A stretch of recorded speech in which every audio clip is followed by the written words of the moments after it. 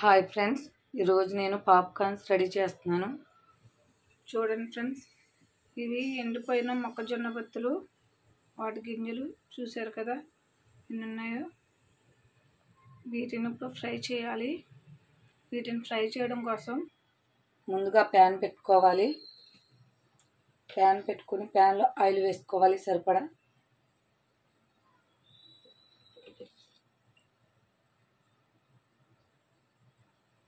ఇందులో కొంచెం పసుపు కూడా వేసుకోవాలి. తర్వాత ఇందులోనే సాల్ట్ కూడా వేసుకోవాలి. దీన్ని ఒకసారి బాగా కలుపుకోవాలి.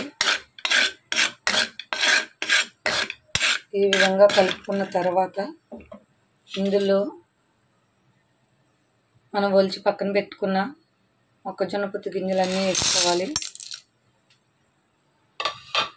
ఈ విధంగా వేసుకొని ఇలా కలుపుకుంటూ కొంచెం కలర్ చేంజ్ అయ్యేంత వరకు ఫ్రై చేయాలి.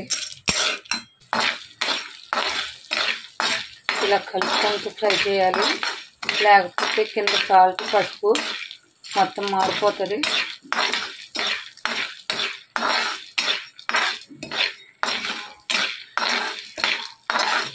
చూసారు కదా, కొద్దిగా రంగు మారింది.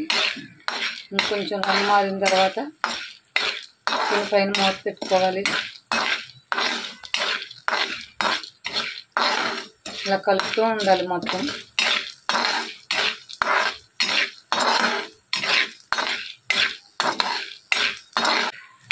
కొంచెం తేలేంత వరకు మంట ఎక్కువగా పెట్టుకోవాలి.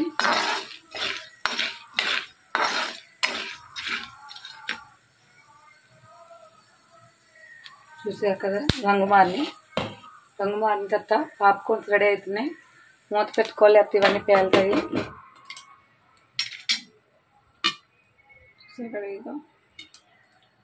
లోపల పాప్కార్న్స్ ఎలా రెడీ అవుతున్నాయో. తర్వాత మంట స్లిమ్లో పెట్టుకోవాలి, ఎందుకంటే మాడిపోతాయి.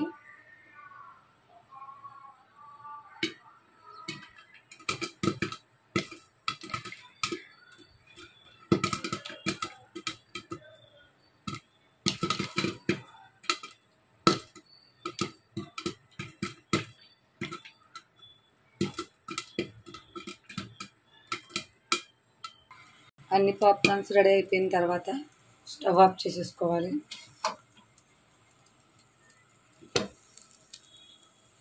చూసారు కదా పాప్కార్న్స్ ఎలా రెడీ అయినాయో.